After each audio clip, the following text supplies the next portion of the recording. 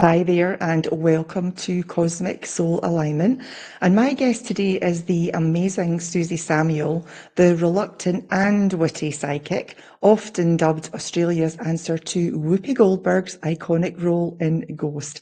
So, welcome, Suzi. It's lovely to have you. Thank you very much, Dawn. It was a bit of a Whoopi Goldberg moment, I must say, when I found that there was a whole nother world out there. And it's lovely to be with you.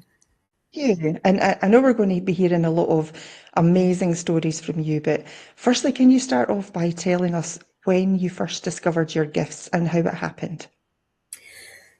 Well, we've talked about Whoopi Goldberg, and it really was. You remember that lovely moment in Ghost where she's got the room full of clients, idiots that are Yeah. believing in her, and she's telling them a load of rubbish, and suddenly she's like, oh my God, what was that? Who's that? There's somebody here, right? Well, was, I was as psychic as a rice pudding back in the day. And it was only after my grandmother and my first husband, and then this old lady I knew, Mrs. Butterfield, died. And Mrs. Butterfield wanted me to carry on her role. And I just thought, no way, I'm not psychic. I never have been. And so she then died, and she didn't actually let a little thing like death stop her, right? She was still determined. So I was in a car with a friend of mine, Mike, and we were going to a tennis tournament. This was around Christmas time. And we were going to a tennis tournament, and he said, oh, I'm so fed up with my job. And I said, in a voice like Moses on the Mount, you will be offered a job in a tent or a box at a sporting occasion when the roses are blooming. And you know how when puppies learn to bark at first, and they give that big woof, not a little puppy yap, but a big woof, and then they sort of go, oh, what was that? Where was What that was coming that? from? And honestly, I was like that in the car. And Mike said to me, good God, what's wrong with you? You haven't even had a drink. And I said, well, God knows, I don't know where that came from. So fast forward 6 months, and we were at the Queen's tournament. And Queen's is a beautiful tennis club, and it's full of roses, absolutely full. And June, perfect in England. So we're talking away, and he said, I'm being headhunted. And I said, really? And he said, yes, I'm having lunch with the CEO of this company in the tent on finals day. And I looked around, and we looked at each other, and well, honestly, they had to pull me out of the roses, because I nearly passed out with shock. And once they pulled me out and dusted me off and filled my champagne up again, his girlfriend said to me, well, I wonder if what you told me will happen. And I said, what the heck have I told you? And I told her that she would start a new job on my birthday, which is the 24th of October, and which was a Tuesday that year.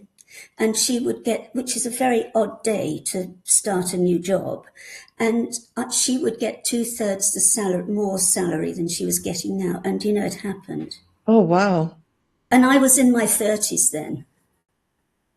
So it was a bit of a shock, to put it mildly. So, tell us a little bit more about what happened after that, that kind of validated it for you. Well, I started telling people weird things that actually happened. Not just, oh, you're going to meet a tall, dark, handsome stranger and things like that, but quite specific things. And so Mike's girlfriend actually booked me my first reading. And that was fine. And forget exams, forget university degrees, forget driving tests. That was the scariest thing I've ever done, because I didn't know quite what was going on with me and where these voices were coming from. And at first, I'm a very logical person by nature. I started off as a mathematician and a linguist. And so I wasn't given to flights of fantasy or anything like this. So all the time I thought, am I imagining this? Is it actually coming through? Is this really happening? And very sadly, the second client I got thought he was getting a hooker. And so, he rang the doorbell. He was a tiny. Luckily, he was very small, smaller than me. And I said, "Oh, come in. Would you like a cup of tea?" And he looked a bit startled. And so I got him into the breakfast room where I did the readings. And at that time, I worked with hands, not as a palmist, but just to get the contact right. So Yes. I took his hand, and he started going, "Ooh." And I thought, hang on a minute. And so I used to teach French. And so I became very schoolmarmish and said, "Will you behave yourself? Are you here for a reading or a hooker?" And the poor man was so embarrassed he had to say a reading. So I gave him his reading. He didn't get what he came for, but, and it sort of went on from there. But I was still doubting myself all the time, still doubting. I mean, by this time, I knew one or two absolutely fantastic mediums, and I thought, I'm not in the same category as them. How can I do readings? How can I be like them? And I must be imagining it. It must be, all in my mind.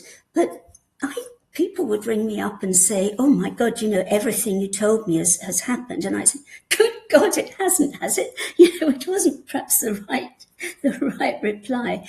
But then over the years, I've realised, well, when did I first realise? I don't know. I suppose it was a gradual awareness. Well, not that gradual, because, it was coming in all the time. But, spirit writing, for example. I was taught by another lovely old clairvoyant lady about spirit writing. And I found that as I started writing, it would come through in my grandmother's writing. And I had samples to compare.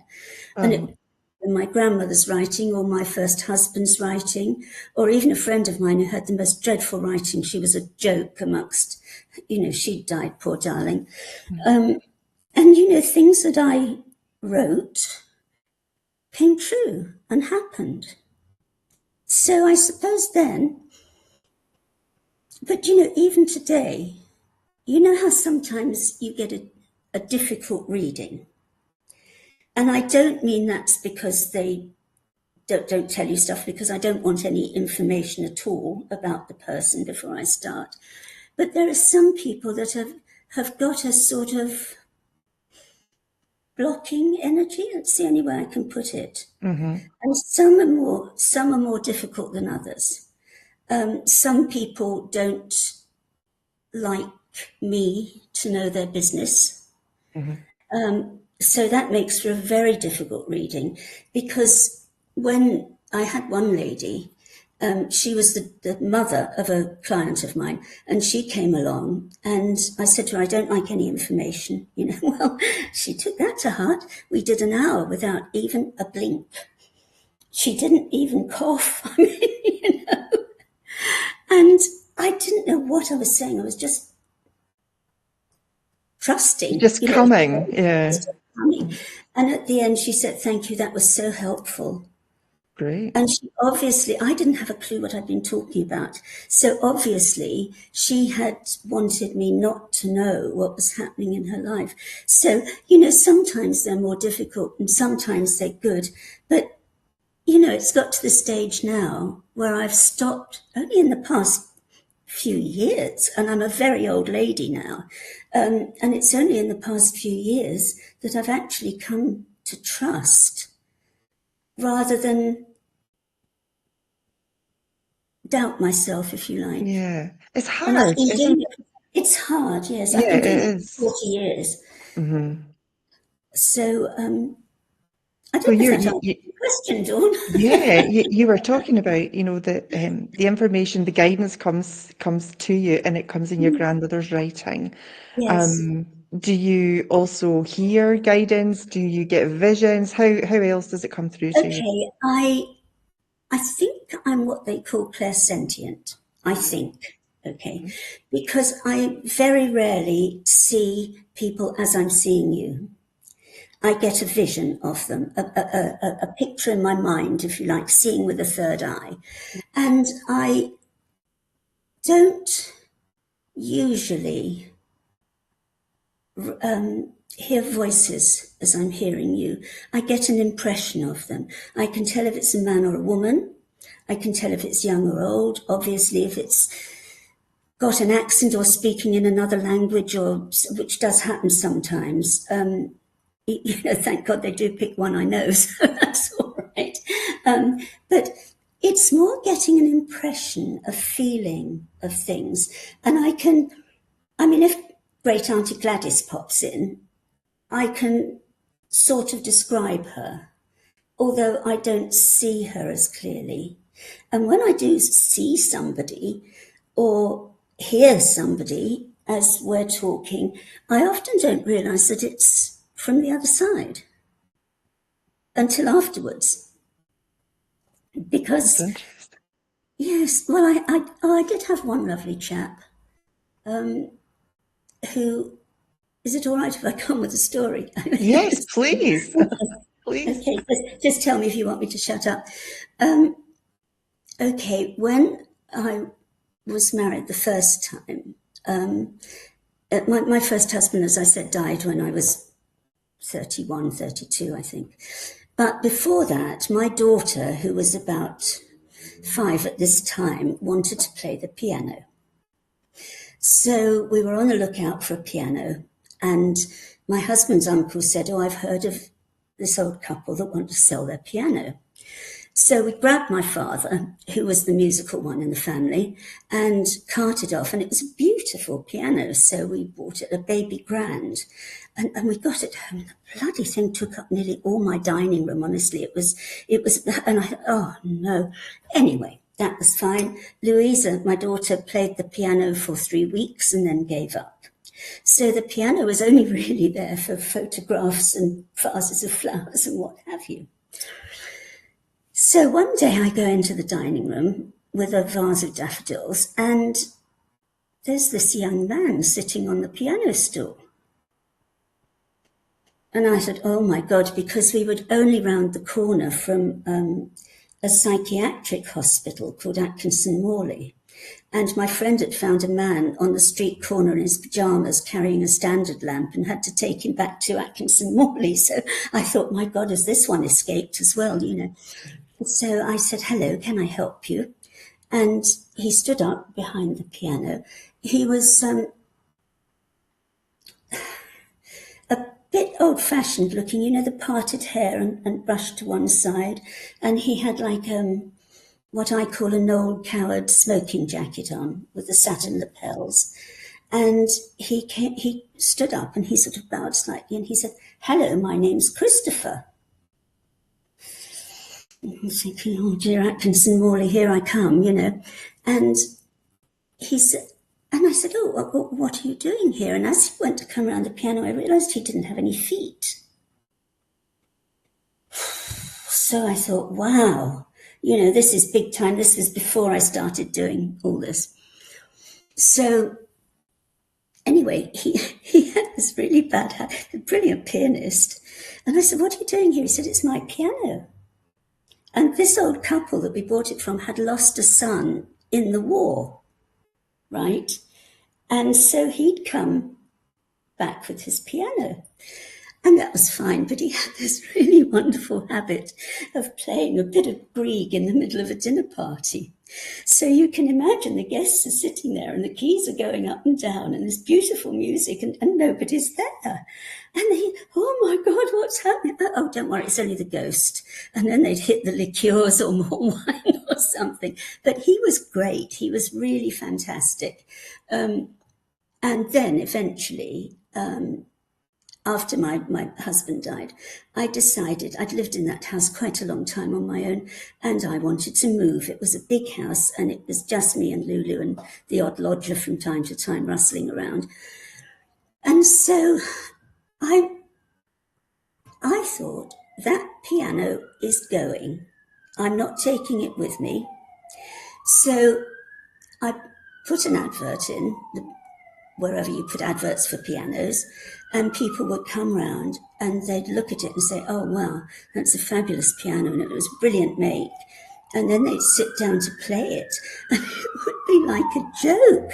I don't know if you ever saw a comedian called Les Dawson, but one of his party pieces was to start playing beautifully and then go totally off key and hit all, well, this is what this damn piano did.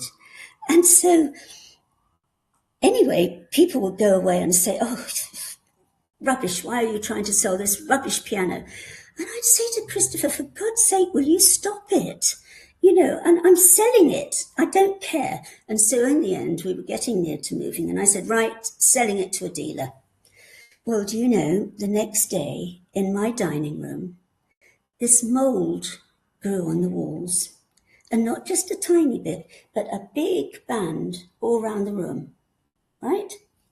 And so I got the bleach out and I washed it off and then it came back. And I said to Christopher, what are you doing? And he said, I'm not leaving my piano. I said, well, you can stay, you know, you can go with it. No, I'm happy here. I like it here. Anyway, it got near time to move, and I gave a drinks party for the people who were coming in to meet the neighbours. And it was a lovely sunny day. And I got this peach fizz stuff, which was obviously very alcoholic. And I had a lovely Irish neighbour who was a barrister, and he came up and he said, hello, Suzi, you know, have you sold that piano of yours yet? And I said, no, not yet. And he said to Nigel, the man buying the house, he said, Nigel said, well, actually, I play.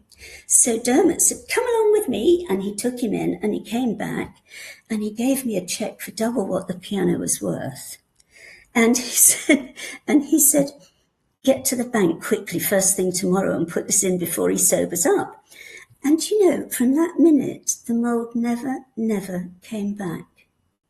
Because Christopher was staying where he was happy. There you go. Isn't it? I mean, and it's such a silly story, really. Nobody believes me, but it's honestly true. And, you know, my guests will testify to the ghostly playing in the middle of dinner. Wonderful, really. Yeah, it's lovely. I was going to ask you what was the funniest, but what is the scariest reading that you've ever given?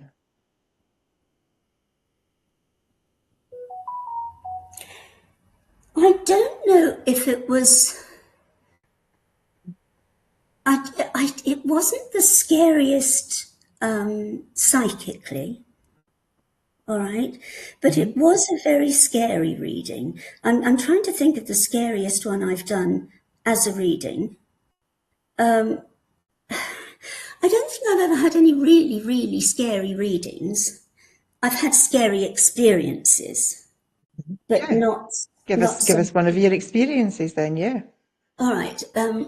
Okay, well, this was horrible. I didn't know anything about this at the time. Again, it was before I actually started off as a clairvoyant, medium, whatever I'm called. And I was with a Greek chap for about 3 years. When I met him, he was separated from his wife, getting divorced. That was absolutely fine. And, you know, I was perfectly happy with this because as far as I knew, he was single. However, it turned out he also had a mistress. And she was called Joanna, but I called her Doris for some reason. I don't know why. So I call her Doris anyway. And she got to know about me and she made my life hell. She'd ring up, she'd get her kids to ring up. She was really, really nasty. I had to get my solicitor onto her in the end because she was really being awful.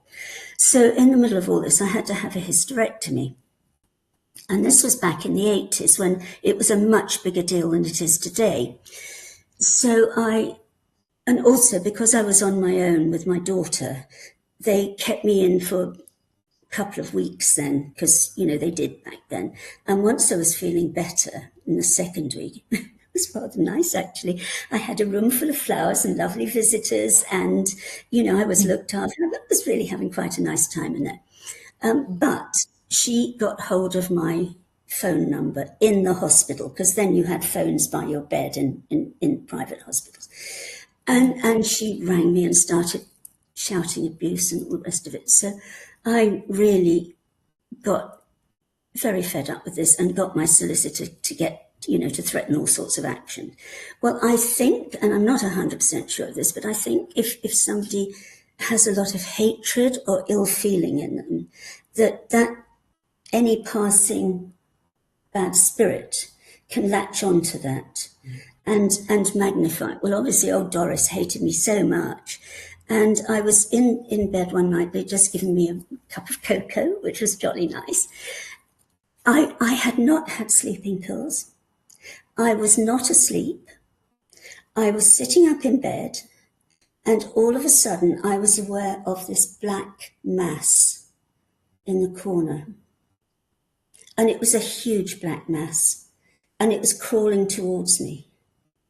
And I don't know what it was, but I have never been so frightened in all my life. And I tried to yell, and I couldn't yell. I tried to grab the buzzer for the nurse. I couldn't move. I couldn't do anything. And I couldn't even say the Lord's Prayer. And this thing was getting nearer and nearer and nearer.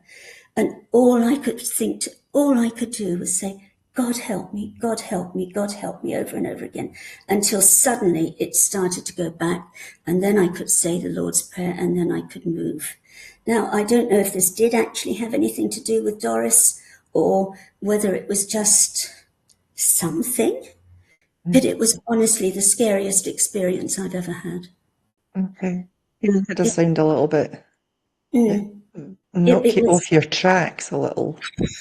It was, and I have heard of this since I started working in this realm, you know, in this business. I've heard a lot of that. I think they call it sleep paralysis or something, when there's something awful coming towards you and weighing you down and holding you down. But that was honestly one of the most scary experiences I had. And I also had a very, very bad experience with a Ouija board. Tell us about that one. Ouija board. I am so against people using these. I can't tell you. I am absolutely 100%. And what worries me a little bit at the moment is, and I'm not saying this about all the programs, because there are some brilliant, brilliant programs about, well, what do I call them? Ghost hunters, paranormal investigators. But I think the problem is, you watch a program like that, it's like a cookery program. You watch a program like that and you think, oh, that looks easy, I can do that. And so people go off and try and do this, and God knows what they stir up. And also I've noticed a few of these, because I do watch a lot of those programs. I love them, even if they're daft, you know, I love them. But some of the investigators do use a spirit board, they call it now. They do use a spirit board. And I think that is, suppose if you know what you're doing and if you can protect yourself, it's all right. But it does encourage people. Now, when I was, how old was I? Must have been about 18. And I was still just at school. And my parents went on holiday, and my friend Sandra came to stay with me. And we had a couple of friends who were boys. They weren't boyfriends, they were friends. And they were very handy to escort us to parties. And we had an agreement that if one of us met somebody, the other one would fade into the background, you know, and all the rest of it. So these two, Roddy and Dave, came over one evening to have dinner with us. And somebody said, probably me, oh, let's have a go with a Ouija board. Now, I didn't have a Ouija board, but I had that, I did the glass thing, you know, with the letters around. And never done it before, thought, because my mother was really into all this. She thought she was a witch. Seriously, she thought she was a witch, and tried to wiggle her nose like Samantha, all the time. But anyway, sorry, I do get sidetracked from time to time. So anyway, we set up with this class and the letters, and Sandra didn't want to be involved. She said she'd write down what it said, so that was fine. And the damn glass started moving. And I said, okay, who's pushing it? And they both took their fingers off and it was coming through me. So at first it was doing nonsense, PQ, V, W, whatever. And then suddenly, because we were saying who is there, and suddenly it said Mary West, not the Fred and Mary West.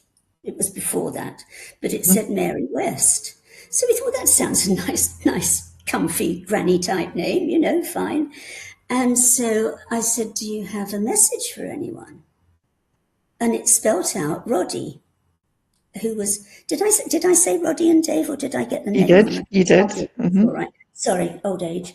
So anyway, it said, yes, Roddy.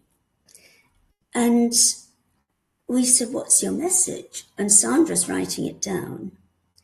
And it spelt out, and I'm really not joking, it spelt out, and who doth with us walk through the valley of death? So, we're all, that's it, that's enough. And so we hit my father's brandy and drank quite a lot of that because we were so scared. And then probably because of the brandy, I think I said, oh, come on, let's have another go. We won't get Mary West again. Well, blow me down, we did. And again, she said she had a message for Roddy, and it spelt out, and she wouldn't tell us what the message was this time. So I said, why won't you tell us? And it spelt out, honest to God, we cannot tell, we can only kill. Well, after this and a bit more of Daddy's brandy, we kept the guys there until morning because Sandra and I were petrified. And of course, the old bird next door saw them creeping out of the house and told my parents we had men in the house overnight, But anyway, what happened then? We didn't hear from them anymore, which was odd because it wasn't like boyfriend and girlfriend. It was weird. And a couple of years later, I met somebody who knew them. They lived in Essex, which was quite a long way from London. And I said, oh, do you ever hear of Roddy and Dave anymore? And she said, oh, didn't you hear? And I said, what? She said, Roddy disappeared. So I said, what do you mean he disappeared? People don't just disappear. How can he disappear? And she said, well, he had this little sports car that he drove like Fangio or Sterling Moss or somebody. And he'd gone out in this little car and disappeared. Never came back. Never came back, and nobody ever heard of him again.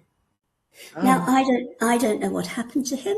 I don't know where he went. He's probably a grey-haired old gentleman in Argentina or something now. But it was weird. Honestly, it was really, really weird. Yeah, and that's so strange. Yeah, and so I thought, right, that's the end. That's the end of me and Ouija boards because it absolutely was scary. Mm-hmm. And also because there is a lot of dark around. That's another reason I wrote the second book, because I wanted to let people know that it did exist. I've been to a few spiritual discussion groups, and they say, oh, no, the dark doesn't exist. It's only love. And I'm looking at them thinking, oh, daisy. Yeah, not in my experience, says you. Absolutely. And so I don't want to be a scaremonger or anything like that, but I just really want people to realise that they shouldn't play. To be careful. Yes. Mm-hmm. It was explained to me quite nicely by the old lady who taught me about spirit writing. She was called Ada Caesar, and she was a lovely old Cockney lady, and she admitted to being 94, but people who knew her said she was older than that. And I remember something happened, and And a friend and I had to get Mrs. Caesar to sort us out. And she explained to me her reasoning why mediums had spirit guides. And she said the way she described it was, the better you are, the higher astral plane you go to, right? And so if you're a bad person, she said, you get stuck in the astral ducts, which sounded ever so painful to me. But she said you have to have a guide to get you up through the baddies, to get to your loved ones, unless they're one of the baddies down the bottom, but generally they're not. And so that's why you have a spirit guide, because it's a bit like the rings in Dante's Inferno. You just, the better you are, the higher you get. And so that's always been in the back of my mind quite a lot. Okay, interesting. All right. I think now is a good time. We're just going to take a quick break and we'll be right back with you, Suzi. Hold on. Okay.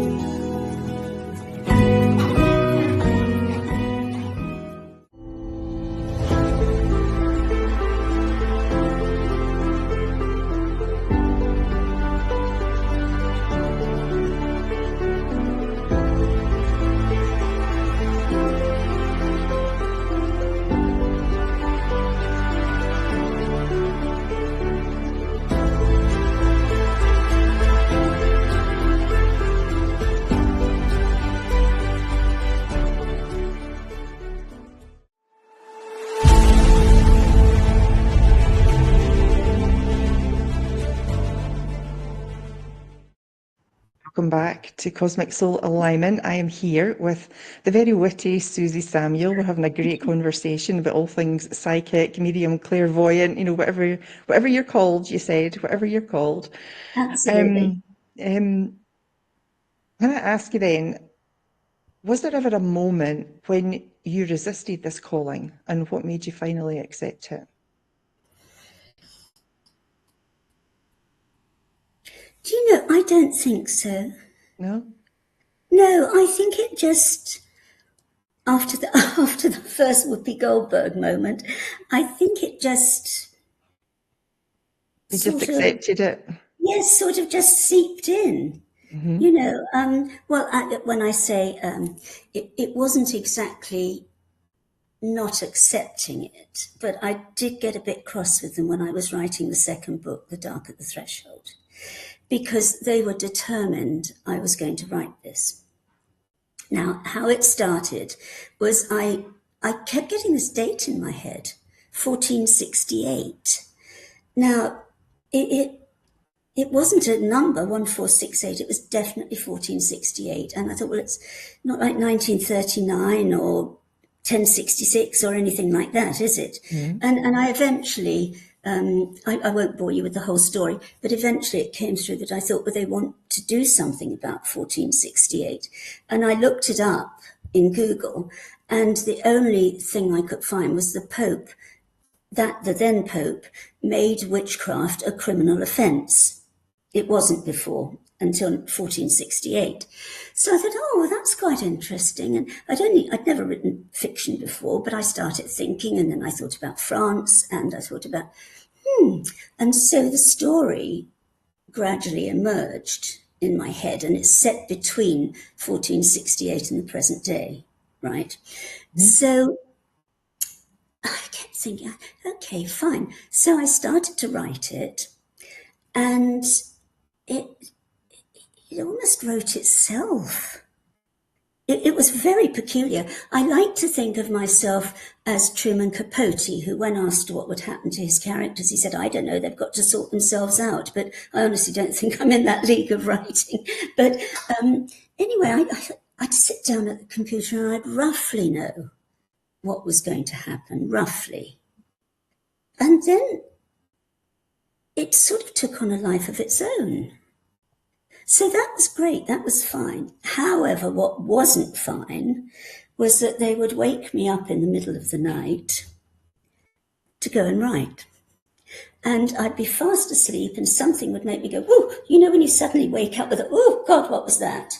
And I'd say, what's going on? And they would say, I don't know who they are, but it was Spirit World, would say, go and write.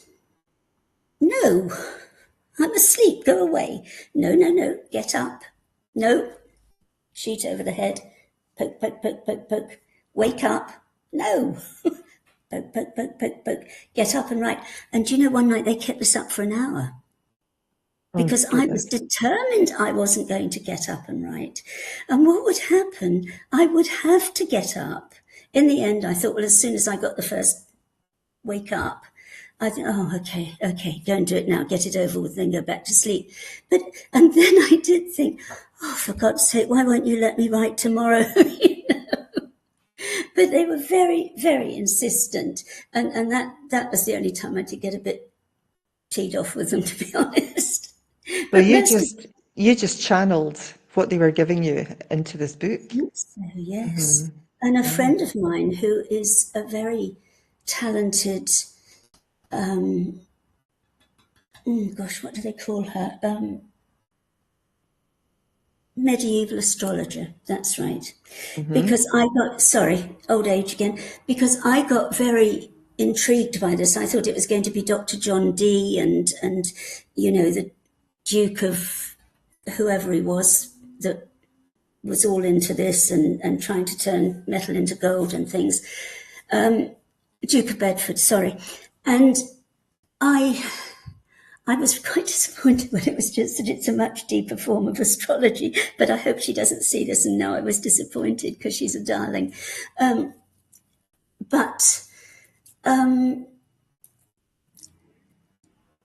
forgotten what I was saying. What was I just saying?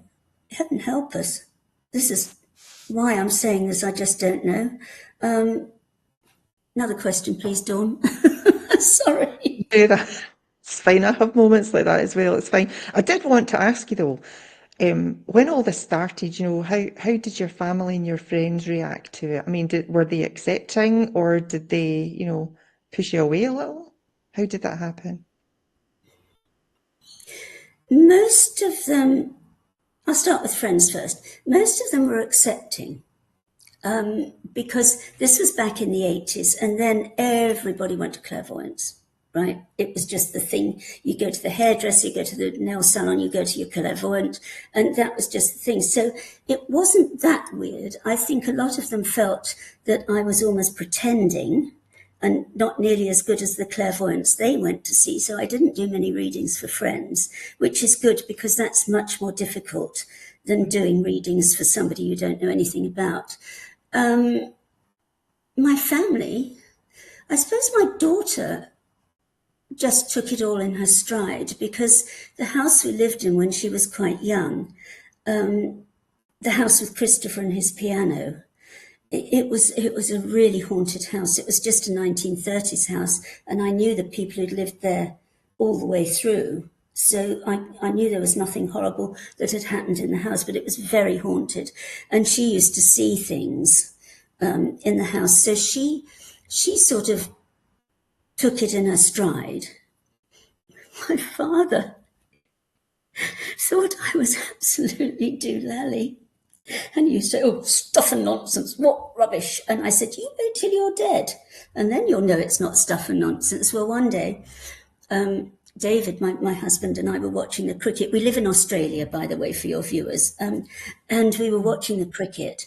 And I support England in everything except cricket, because I didn't watch it until I knew David. And that was the only thing David and my father fell out about, the cricket.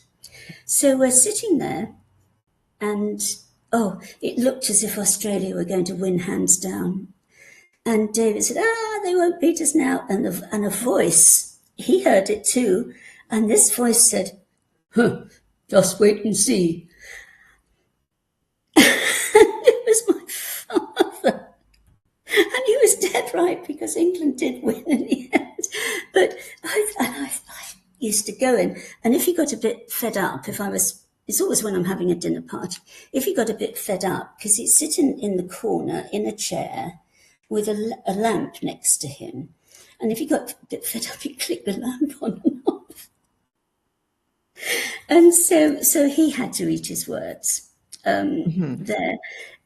So really, it didn't have, as I say, the people who really thought I was an idiot loved me anyway. And a friend of mine who was always very, very sceptical.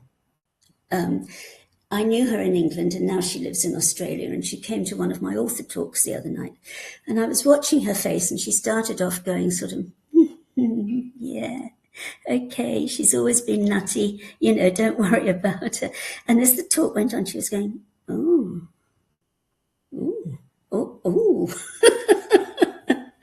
So that was wonderful. Very cool. Messages, from the spirit world, do you believe they can truly change the course of someone's life? Yes. Yeah. Yes, I do. People always ask me, what's the point of having a reading, a clairvoyant reading?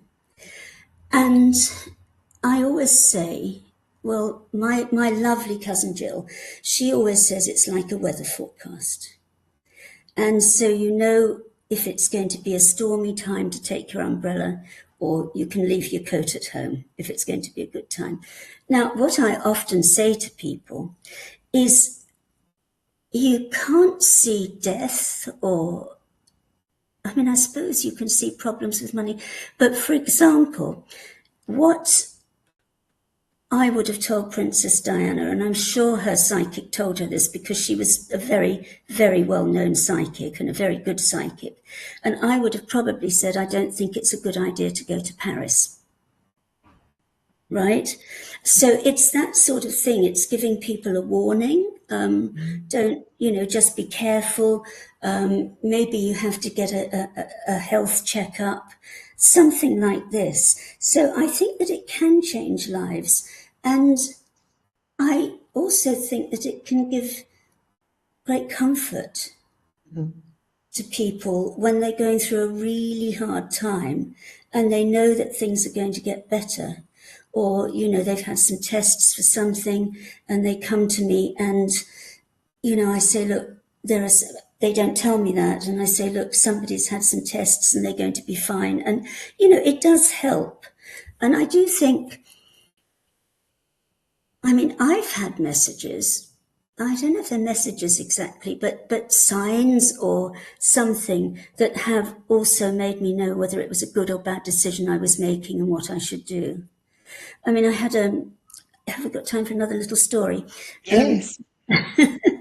When I met David, I'd been on my own. I was in my 30s and I'd been in my 30 to just over 40.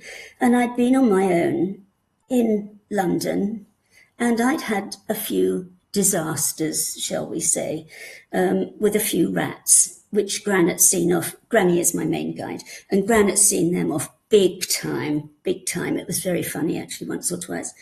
But then I met David. Now, I was living with somebody called John at the time, but we were really at the end of it. We had the house up for sale. We were splitting up. And he wasn't a terribly nice chap, actually, it turned out. Didn't know that at the time. And so David and I, when we met, it was a bit 4 weddings and a funeral, and we were in the same circles, and we had our first date on the 11th of November and got engaged on the 21st of December. It was terribly quick. But my solicitor said, don't you dare leave that house, because well, you told me not to swear, so I won't swear. That so-and-so will get it from you. So I had to stay in this house with John, but I was engaged to David, which was really weird. Now, all my other romances had bitten the dust unexpectedly and suddenly, like somebody had pulled the rug from under me. And I used to blame my poor ex-husband. And I'd say, oh, you just don't want me to get married again, butt out. And so anyway, but I think it was Gran, after all that, sort of keeping me from the rats. So anyway, John went off skiing 2 weeks before we moved out. And so David came and stayed with me. So one morning I went downstairs to make a cup of tea. We lived in a big 3-story Victorian thing. And I went down to make a cup of tea. Now, I always wear Gran's ring there on my right hand. That's my grandmother's wedding ring. And Lulu always wears her father's wedding ring, right? So the kitchen was quite a narrow horseshoe shape, and then a big room coming out of it, sort of from there. Kettle was up the end, like that bit of the horseshoe, and I had a mug of tea in each hand, and I was walking along, and suddenly something went choom at my feet. And I thought, what the heck was that? And I looked down, and there was a wedding ring on the floor. Now, there was no way that Gran's ring could have come off because, if you're holding a couple of mugs of tea, it doesn't slip off. Mm-hmm. And it was still there anyway. And I thought, well, so I picked it up and I looked at it and I thought, this ring looks familiar. And so I went out of the kitchen door, I went along a corridor, I went into the hall, I went up the steps, about 5 flights of steps. I always used to call my darling daughter the old bat in the attic because she loved living at the top of houses.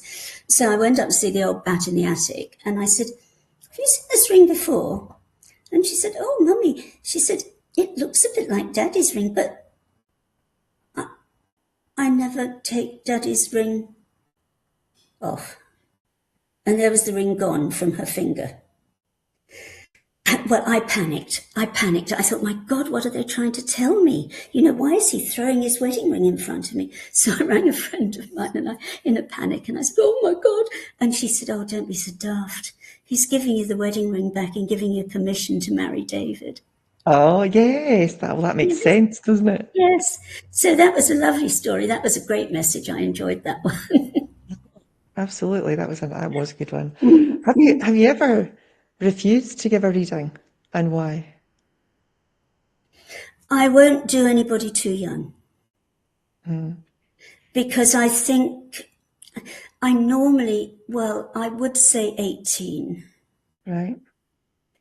But people are so old these days, aren't they, for their age? So maybe 17, I don't know. But I don't want to give a reading to anybody who's too impressionable. Because, readings, you always have free will. Yeah. You're on a path. You can follow the path that you've got and then say, no, I don't want to be on this path or whatever. If the spirit world really, really, really, really want you to be on that path, they'll be a bit like one man and his dog and sort of nudge you back in, and sort of get you back on the path. But so I won't do it. No, I don't think I ever have refused to give anyone. I found out a couple of bits during readings that I might have said no if I'd realised before. You understood. But no. I understand that about the younger children, yeah. Yes, I do understand it. Okay. Yes. So did you ever come across any spirits, I suppose, that didn't actually realise that they had died, that they had passed? Has that happened? Yes. Well, we had my when we came to Australia, my husband and I, we were supposed to be retired, but we're not very good at being retired, and so we bought a car wash. Which was quite hysterical, but we thought, oh, we won't have to do anything, just take the money. Well, we did have to do a lot. And we actually had to move up to the Hawkesbury where it was for a little while. And we had a plant room that was, well, I didn't go in there as very often because it had spiders and it had mice and, it wasn't for me. And there was a man in there who didn't actually realize he was dead. And his children had been killed, and I think his wife as well. And he was looking for them. What he was looking for them in our plant house, I just don't know why, but, he was. And he didn't realize because, I said to him, look, what are you doing? He said, I'm looking for my children. And I said, well, they're waiting for you. And I said, would you like to cross over? I said, you do realize you're dead, don't you? And he sort of said, oh, am I? Oops. And so I got a friend of mine to help, and we both helped him to go to the light. And it was strange because the picture I got then was, and I'm going back to Ghost again, whoever wrote that really knew what they were talking about, because at the end, when Patrick Swayze goes up that beautiful lit staircase to the light, and that was the sort of vision I had for this man. And then he was fine. He was gone from our plant room. So, but I think there are a few people. I did know somebody who refused to go. It was my old clairvoyant, a wonderful guy called Stephen Speed, and he had a hotline to the other side, and he was doing I wasn't there, but he was doing some really deep work in a circle. Now, it's been said, again, this is secondhand, that if a medium is really, really under and there's a very loud noise, they can it can break the thread, if you like, and they can die. So they're in this circle. They're in this circle, and all of a sudden, Stephen keels over. I think a car had backfired outside or something, and Stephen keels over. And one of the people in the circle was a theatre sister. And so she immediately rushed off, and they tried to resuscitate him. And they tried and tried and tried. And after about 10 minutes, she said, look, I'm sorry. He's gone. He's absolutely gone. And they're I'm sitting around thinking, oh my God, what do we do? And crying because, they loved him. And they sort of what do you do when somebody drops down dead? And after 20 minutes, Stephen sat up and scared them all to bits. And they said, oh my God, what's happened? And he said, well, he was a lovely gay chap. He said, well, I met my guide, John, who was waiting for me. And he said, John said to me, it's not your time, go back. He said, but I could see it was so beautiful and so lovely, I didn't want to go back. And he said, so John and I had this terrible row. And in the end, I had to come back. So that was quite Was that? Yes. There you go. Well, Yes. honestly, Suzi, we are bang out of time. I have had a wonderful conversation. We need to have you back because I've got loads of questions that I didn't get around to asking you. I've had the best time, Dawn, and I would love to come back. So it's been absolutely gorgeous. Thank you. Let's organise it. Yes, thank you. So thank you for joining us, everybody. And this is proof that sometimes the spirit world finds you, whether you're ready or not. And if you like this episode, tune in next week. And remember, the veil is thinner than you think. So see you next time on Cosmic Soul Alignment. And thank you, Suzi. Lovely to have you. Thank you. Bye-bye. You're so welcome. Bye-bye.